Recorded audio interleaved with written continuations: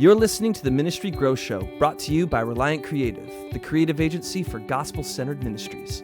Find out more at reliantcreative.org. Welcome to the Ministry Growth Show, a podcast dedicated to helping churches and ministries grow and make more effective impacts for the kingdom of God in an ever-changing digital world. Whether you're building and growing a gospel-centered ministry or leading a church, if you want insight into the strategies, struggles, challenges, and successes of other ministry leaders, you've come to the right place. Welcome back to the Ministry Growth Show. Today on the show, I'm going to be talking with Rick Sessoms from Freedom to Lead International. He's the founder and CEO. Rick, thanks for being on the show. Thanks so much. Great being here. Yeah. Can you tell us a little bit about your ministry, Freedom to Lead International? Why do you guys exist? What do you do? And then if you can include some thoughts on your focus of unreached and underserved areas of the world, that would be great. Sure. I'll try to do this briefly. Freedom to Lead began in 2009. We were responding. I've been in leadership development for a lot of years, decades, but we were responding to the 90% of leaders around the world, Christian leaders, ministry leaders, that are basically untrained. The statistics show that about 5% of leaders that are serving in ministry have been to some sort of a formal education, Bible college, seminary, what have you. Another 5% roughly have had some sort of non-formal training, but roughly about 90% have had no training whatsoever. So we saw this incredible need around the world and said, well, we'd like to tackle that as, with our small, just a few of us, but we believe that God wants to jump in this space. And as we began to look at that, we began to realize that a Christ-centered leadership model was very, very important in these contexts. And we also realized that most of these people learn best and are most likely to be influenced through story and images and music and drama and dance, as opposed to the more Western-oriented literacy-based models of learning, conceptual frameworks, abstract theology, and so forth. And so we developed this ministry called Freedom to Lead that started in North India and collaborated with a group of people there that were working in these spaces among the unreached people in North India. And for 3 or 4 years, 5 years even, we just kind of were grinding it out in that context and came up with a program that is a 4-year program called the Garden Project that uses these methods of story, symbol, and song to develop leaders.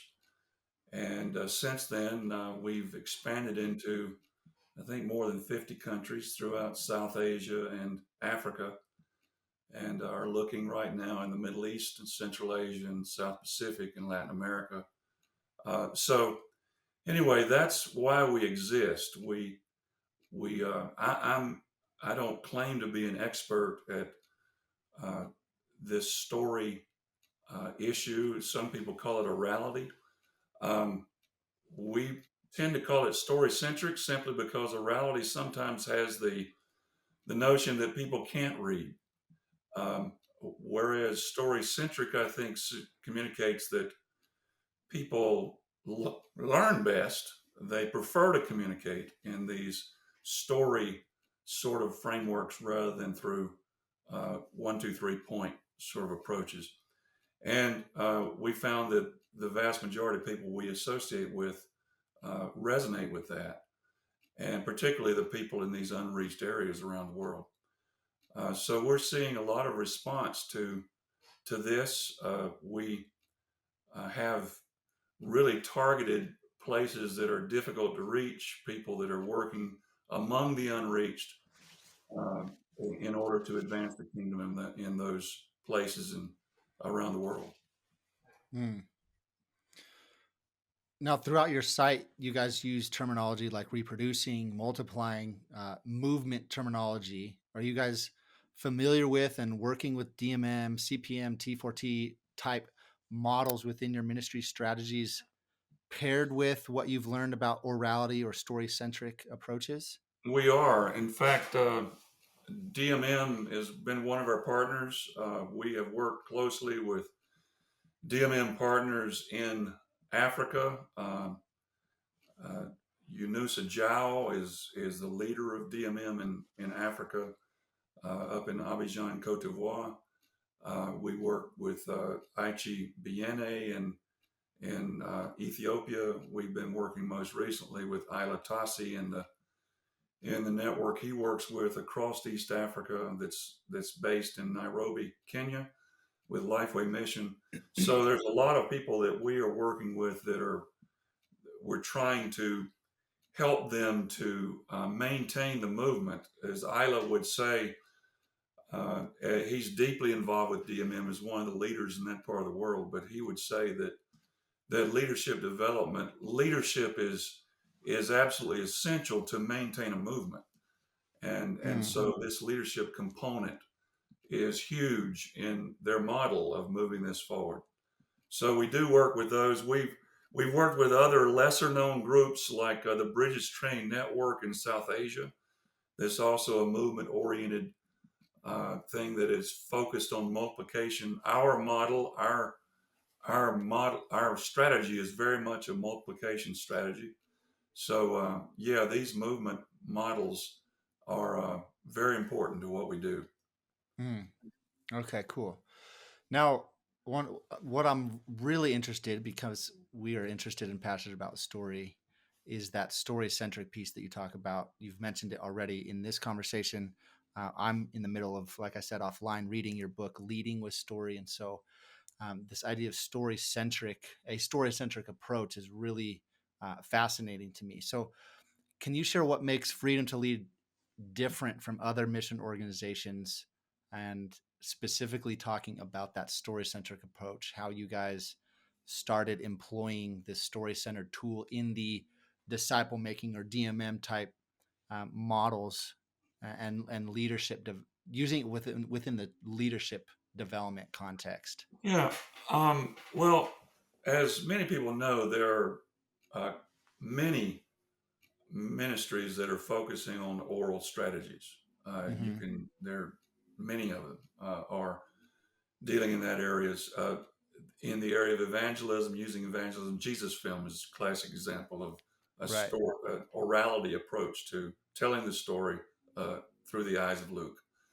Um, there are other groups that are doing great discipleship work in using story. There are others like Scriptures in Use out of Arizona that are using story orality to plant churches. But we jumped into this because a study was done in 2007. I happened to be on the board of the Lausanne movement at that time, and we were doing a survey to find out what the big issues for world evangelization were at the time. And we found out that this orality thing was a growing phenomenon around the world. But we also recognized that while people were coming to Christ through story, they were being discipled through storytelling. Their churches were being planted out of these storytelling groups. To date, there was no one that was really developing leaders using story. In other words, those people that came to Christ and were discipled had to go back into a sort of a literacy based framework in order to learn to be trained to be leaders. Mm-hmm. And so we said, well, why would that be necessary? Why shouldn't we continue to help these people not to have to be extracted from their cultures and their contexts in order to learn leadership? Why don't we help them lead where they are, because they're already leading? Right. There's an interesting phenomenon that in the West, like for me, when I came to Christ and gave myself to Him back when I was a teenager, I felt called to the ministry. No church ever came and endorsed me. I just decided I wanted to go to Bible college, so I went to Bible college. got my piece of paper at the end of 4 years, and suddenly I'm considered a leader. Um, so it's based on what you know. In our background, in these oral cultures, people are identified as leaders by their communities, and so they come to Christ, and that's why 90% of them don't have training, is they're already determined to be leaders by their community. And so part of the orality strategy is we don't want to extract these people from their communities where they're already leading and serving, but we want to come alongside of them to help them become better leaders where they're already leading. And so that's a difference between the Western and the Eastern approach, or the majority world approach to leading, and to a strategy of leadership development that I think is effective. So that was part of what we were trying to do. To understand the story piece a little bit better from me personally, um, maybe I could tell you a little bit of my own story. Maybe that would help. Yeah. I grew up in the South, and you can probably tell by my accent that I'm Southern. And so I grew up in a family that my parents were educated. I grew up in a family that went to college and so forth, but we love stories. I kind of grew up in a family of storytellers, so I grew up loving to hear good stories. I mean, it's part of our Southern culture, I think. And so fast forward to my wife and I went to Indonesia as missionaries in 1982, over 40 Okay. years ago now. And when we got finished with language study there, we were assigned to go to the seminary on the island of Sulawesi. And when we showed up at the seminary, we were told that we were supposed to teach. And I remember when the teachers got together and said, who's going to teach what? I got what nobody else wanted to teach because I was a new kid on the block. And one of those courses was preaching. And so I prepared my lessons, and I had been doing some preaching, and I had been trained to preach in a typical Bible college where the preaching was you exegete the scriptures and then you come up with your 3 points in a poem sort of thing. And you might sprinkle some illustrations in there, but the important stuff was the 3 points. Right. And so I began to teach it that way in the Bible college, or in the seminary where I was. And everything was going along well. And I was attending the church that was down the street where most of the seminary students and the professors would go. And it was kind of a formal church. And I would go every Sunday. And I didn't pay attention to the fact that the preachers were all preaching 3 points in a poem sort of approach. And it was a big church, 400 or 500 people. And I sat there every Sunday dutifully and listened to this. And it, didn't pay much attention. But then from time to time, I was invited out into the villages to visit and do things. And I noticed that in the villages they had a completely different way of communication. Than in the villages, when the government or anybody wanted to teach something, they would use these these leather puppets, and they would wait until nightfall, and then they'd put up a big bed sheet. And they'd take a light from behind, and they would throw these silhouettes of these puppets, and they would do these puppet shows. And people from anywhere from 7 to 70 years old would sit there and they'd watch these shows, these stories being told. And they were teaching the lessons. And by the way, they would never come to the end of it and say, now these are the 3 points you need to learn from these lessons. But they would just tell the stories. Yeah. And I thought, well, that's weird.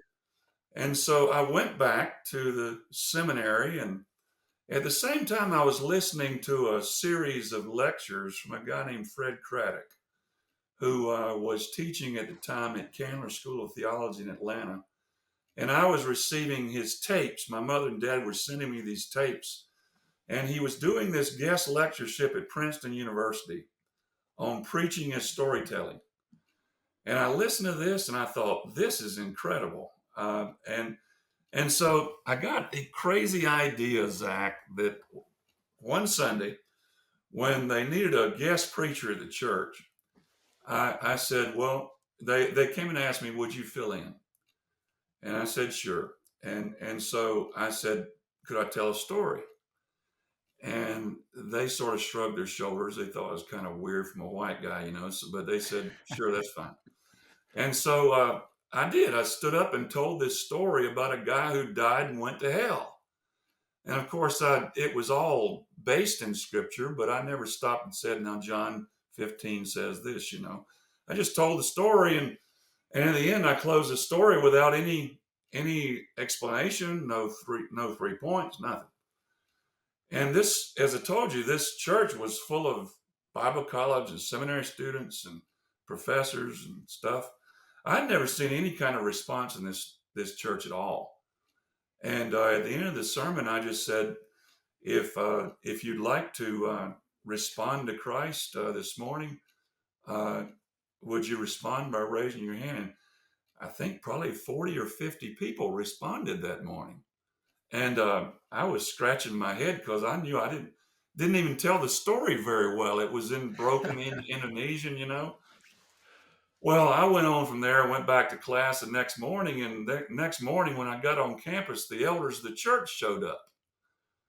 And they said, we appreciate, in their Indonesian sort of gentle way, they said, we appreciate you preaching yesterday morning, but whatever you did, that wasn't preaching. And I said, well, okay. So I noticed that they didn't ask me to preach again for almost 2 years after that. And I kept, preaching at the seminary. And then 2 years later, they had another, cancellation. So they were desperate, I guess. So they asked me to preach again. And so this time I'm a little bit hard-headed. I decided I'd tell the story of Caleb and Joshua that went into the promised land and said, we can do this, and went back and they said, no, there's giants. And so, the whole story. And the message of the story, even though I didn't say this was the message, was that Caleb was faithful as a young man, the choices he made as a young man. And so when he became old, God blessed him, and he had a wonderful ministry in due time. And I finished the sermon, and I was praying at the end, and I'm not exaggerating. There was an old man, and he was sitting about halfway back in this large church, and he threw up his hands in the middle of my prayer, and he said, "Oh God, save me!" And he ran to the front of the church, and he threw himself down in front of the pulpit. It's a stone floor. I'd never seen anybody respond. And suddenly there was this dash of people who were responding after him. And they just came and they came and they came. And I just sat there sort of stunned, honestly. But I realized through that something was going on. And I'm a bit of a slow learner, but we began to realize that God was using this story thing. And before I left Indonesia, they were inviting me to do these stories all over the place to large groups of people. 5,000 and 10,000 people were gathering for these stories. And I'm not kidding you. I'm not a great storyteller, but just the fact that somebody was attempting to do it in their culturally appropriate way set me in motion, that when I came back to the States and became a pastor, and I really wanted to understand this whole thing that at the time was called narrative preaching. And so I did some lectures on that, but story has always been very close to my heart. So when I got into the leadership development full time back in many years ago, when this whole issue of orality started to arise, I think God used all that history in my life, all that background, to tap me on the shoulder. And frankly, when he did, my first response is, you got to be kidding me. At the time, I was an executive coach. I was working with C-suite leaders. I was teaching in a doctoral program, all this systems theory and the abstracts and all that stuff. And so I'm probably not the most obvious candidate to be doing something like this, and I'm sure that other people can and will do it much better. But it seems to have taken hold. And so today we're we've probably got, I don't know, 20,000 leaders around the world that are engaged with this program that we're doing. So we just are trying to keep up, and the Lord has blessed this in Mm, amazing ways. that's incredible. And so were the stories you were telling in both of those instances where you were asked to preach, those are just stories you just pulled from the Bible, or iterations or Yeah, I mean, there are variations of stories those? that I just told from the Bible, and told them. I used a little bit of creativity, but I tried not to, be fanciful about it because I think there's a Yeah. difference between imagination and fancy. Right. But I try to use some, but I stuck very closely to the text and tried to retell the story as best I knew how. Um, and and people just, it's amazing that they didn't have to. I didn't have to explain it to them, Mm, and that's what started to help me to realize that the story can indeed carry the gospel. mm, It doesn't necessarily always have to just explain the gospel, but it can carry it. yeah. It can embody it actually. So Mm. if that makes sense, we can unpack that. But that's just No, that uh, does. That's good. So as we begin our discussion today, and before we get into too much of the story stuff, um, I want to give maybe a little guidance and framework for our listeners as we are going to spend most of this discussion on story. How do you define story? Like, what is a story in your mind? well, a story is in effect. I would call it. I think I called it. Maybe I didn't call it in this book, but I would call it a scaffolding, if you will. When you think of a building, the the building is not the scaffolding. The scaffolding is there to build the building, Mm-hmm. in order to create the building, in order to provide a frame, a structure, if you will. Mm-hmm. And so it's a scaffolding, if you will, if you could think of that image, upon which the content is built. So the story is the content, and the content, of course, is to provide meaning and learning. Uh, Good stories also always feature characters. There's usually a hero in the story. It can be a reluctant hero oftentimes, Mm-hmm. but and an antagonist. And the antagonist can be another person, or it can be the environment, or it can be, whatever. But there's a hero and there's an antagonist, and there's a struggle. There's a struggle of external circumstances that are circumstances external to the hero, or can be internal. There can be a hero like the story, The Beautiful Mind, wonderful story with Russell Crowe, where the struggle is internal. The person had a mental issue that Mm-hmm. was an internal struggle. Um, and of course, the story has to be going somewhere. There has to be tension in a story that is moving toward a desired outcome, it is a goal. But once the tension is satisfied, the story's over. Right. So the tension is what makes the story, is the platform on which the story travels. And once that tension is satisfied, the credits have to roll because it's over. So those are the pieces that I understand any good story to contain. And that Mm. story can be a true story, a made up story. It can be science fiction. It can be drama. It can be comedy. It can be whatever. But I think it has to pretty much contain those elements in order to be a meaningful story. Yeah. Are you familiar with Robert McKee? I know the name, yes. He's he's in Hollywood would be considered like the storytelling guru, if that's a term you could give anybody. But he Yeah. he does a lot of storytelling structure teaching for screenwriters and script writers and actors and directors. His definition of story that I really like, and maybe the most simplified definition that I've ever seen, is that his definition would say conflict changes life, Yeah. right? Like this idea that there has to be conflict within a story, that tension that you talked about, in order for the story to be a story. Right. Um, Man, That's a I good see that. good conflict changes life. I like that.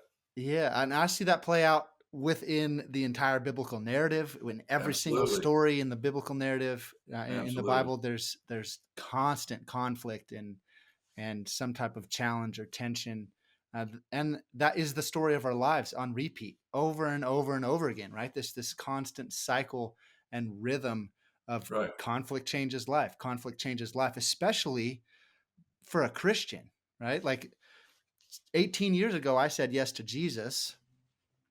And ever since, he's been transforming me and making me more like him. And it's been this constant conflict changes life. Like, That's conflict all the time. That right. disruption is what creates the growth, is the truth of the matter. Yeah. So that's part of all of our stories for sure. Mm, yeah.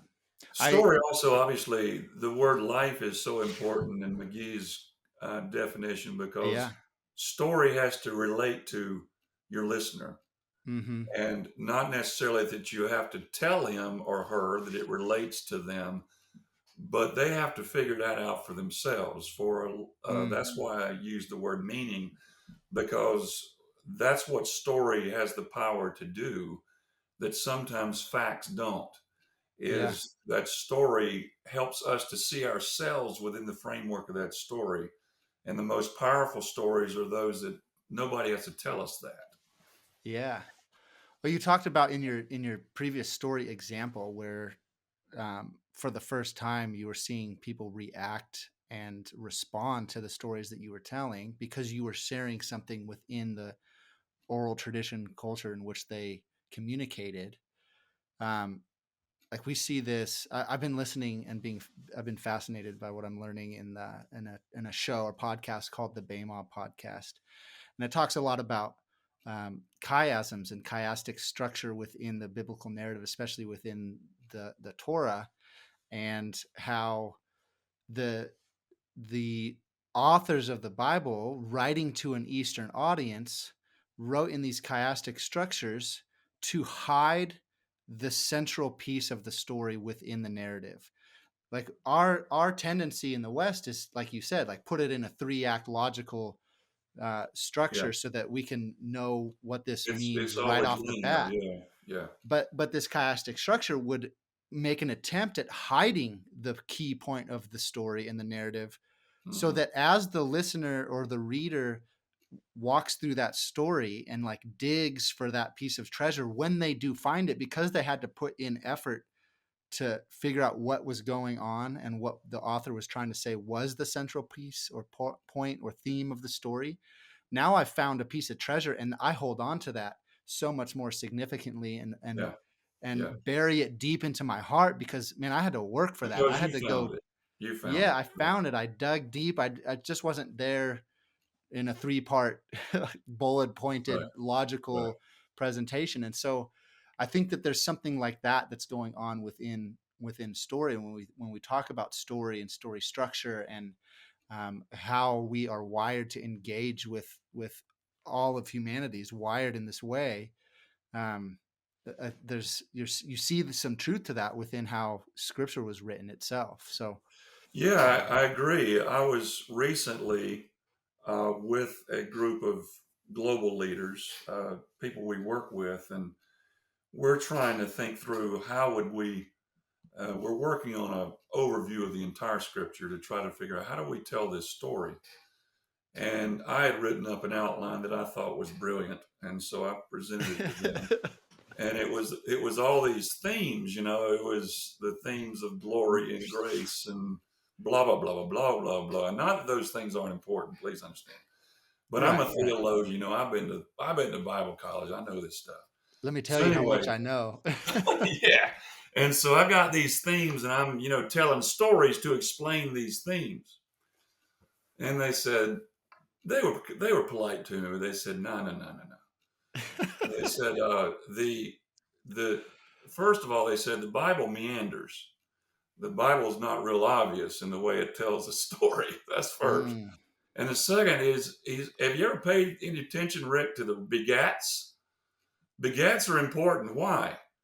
Because when we tell our stories in the tribe, we always tell it about people and our Mm. forefathers and those forefathers' struggles and how they pass it on to the next forefathers and their struggles and their struggles.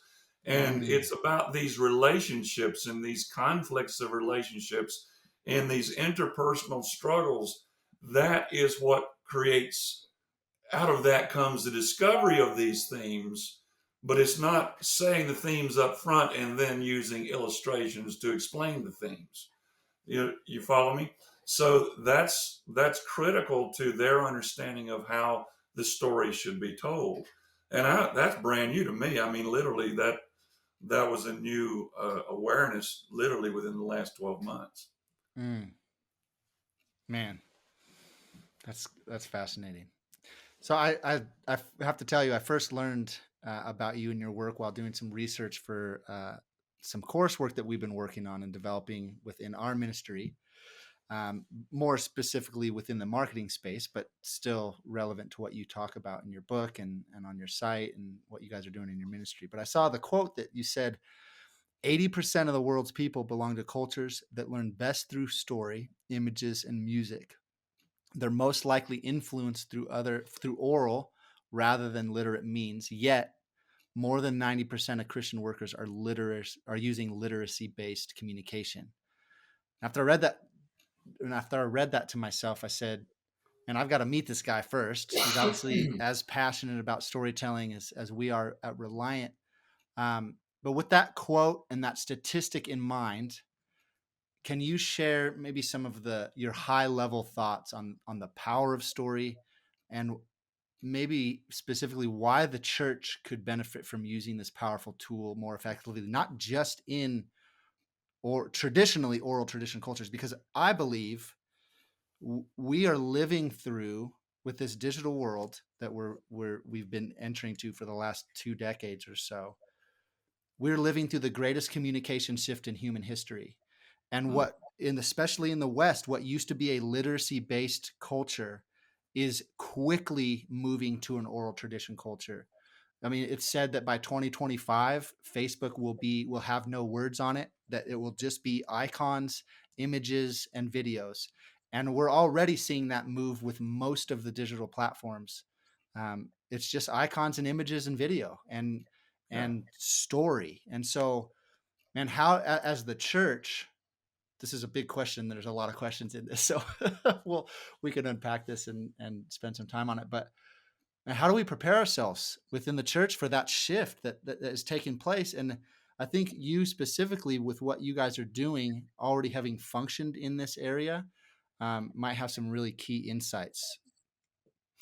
Well, I don't know whether they're unique to us. In fact, that quote that I shared is not unique to me. That comes from some great folks with the International Mission Board that have Mm. cited some of that have said that. So anyway, um, I think the place to start, Zach, for me would be to say that I grew up, and I think it's true for most people in my generation. I grew up in a world that had a pretty strong bias against story, Mm. at least the way I was trained. I grew up with the systematics and theology and preaching, and as I said, expository preaching for and to be a faithful divider of the word of truth, you needed to go verse by verse and give the points and so forth. And a lot of the uh, didactic portion of scripture are not story, even though most of the Bible is.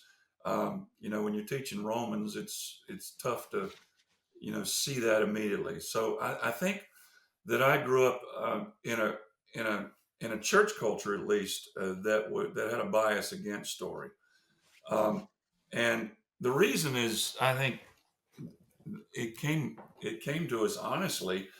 When I was growing up, for example, story, for the most part, was first of all regarded as a device to put a spin on something.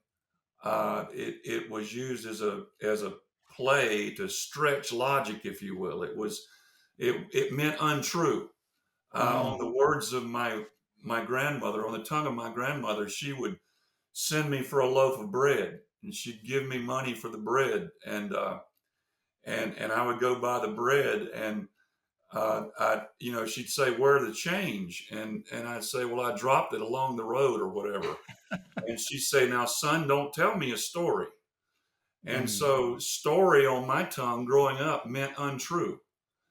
And so, the question really is, can we commit the gospel to something that is fundamentally perceived as untrue?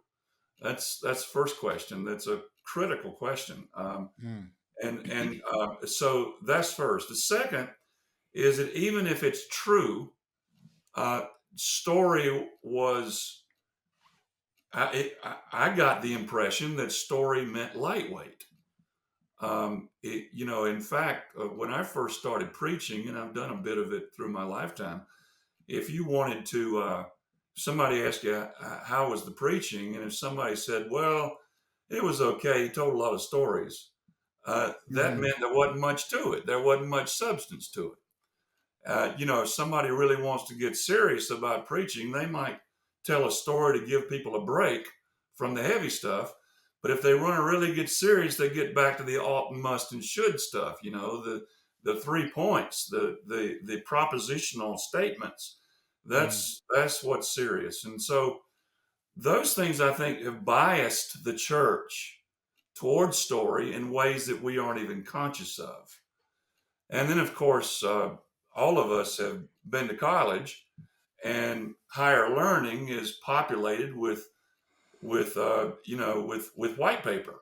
If in order to graduate from college, you got to sit in a cubicle by yourself and take this test, and it's based on what you know, and it's the facts, and so on and so forth. So, in order to really carry the freight, the facts, the abstract theory, the concepts are the heavy part of what's important. And so, in that kind of a world, the question would come: can we trust the gospel to a story? And I think it really gets to be a question. Uh, for me, I don't know. Over time, I began to look outside the church and realize that for our culture and many cultures around the world, they have taken for a long time story much more seriously Mm. than the church has. They are way ahead of us on this. In fact, I think it would be safe to say that with the use of story in film, story in novels, story on Broadway, story wherever you look, that has been the primary vehicle for changing our culture over Mm-hmm. the last 40 or 50 years. And we could use some specific examples of that, but I think that the church is way behind Mm-hmm. on that. Even today, I've had preachers say, "Well, that story is nice stuff, but when I really want to get serious, I gotta teach theology." Because if somebody shows up at a funeral, they got to hear theology, and yet I'm not sure that the preacher is listening to the fact that when people show up at funerals, they want to hear stories about the person's life and the witness of that person's life that's so powerful when people are sitting listening in a sermon in a funeral. Or for my own case, I've preached many, many, probably hundreds, thousands of sermons in my lifetime, but people walk up to me 10 years later, they don't remember the sermon, but I remember that story you told. Mm. That moved me. And so there's no question that this whole issue of story is incredibly powerful in our own culture, and even more exponentially in other cultures around, where that continues to be recognized as a main vehicle for communication. Mm. And so in those international settings where you guys do a lot of your work, there you don't find that do you find that there's any pushback at all? I mean, I guess you mentioned that the Indonesia seminary or church where seminary students would come Well, in yeah, and saying, "Hey, yeah. we don't do it that way," right? Like There's pushback because wherever they've learned from Westerners, they mm, have learned that that's the way to do it. mm, And so, yeah, the places that have been affected by Western educational models uh, often have a bias against story. interesting. But as you move into the culture itself, as you move into the places where the people actually live, you find an increasing uh, primary reliance on story in those contexts, for sure. Mm, So if you're going to get to the people, it's going to be story that does it. mm. So with those misconceptions of story that run rampant throughout the global church, it sounds like, Yeah, they what are do. some of the things that we can do what are some of the things you guys are doing to try to shift that mindset? Because it's a mindset shift, right? Yeah, I mean, I think the first is to ask the question is to help the church to recognize in specific examples, and we've tried to use some examples in the book Leading with Story, examples of in many ways, examples of things that have gone right, some examples of things that have gone way wrong. But regardless, it's story that has driven a lot of that. And so I think the first is to help the leaders of the church to begin to understand the powerful vehicle that story has been in our own culture, to begin Mm, to become aware of that uh, as they encounter people that are watching television Monday through Saturday, hmm as they're reading books, as they're uh, listening to music, and begin to recognize that those are the media that are deeply impacting people 6.5, 6.75 days a week. And to try to stand up on Sunday and combat that, if you will, if that's what it's about, with a propositional statement mm, is just not going to get it done. It's a propositional statements um, do not move people. They may be true, but they don't embody meaning for people. mm, It's stories that people listen to, whether it's Wicked on Broadway or reading a great novel by you know whoever's. And I've started reading novels, so it's just to learn storytelling, which is fascinating.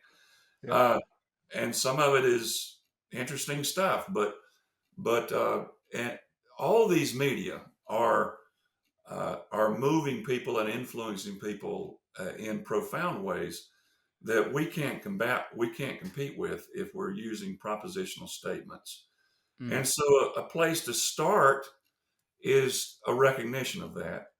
A second place to start is begin experimenting with story. I think that's I think we have conditioned our people, frankly, to have a suspicion about story.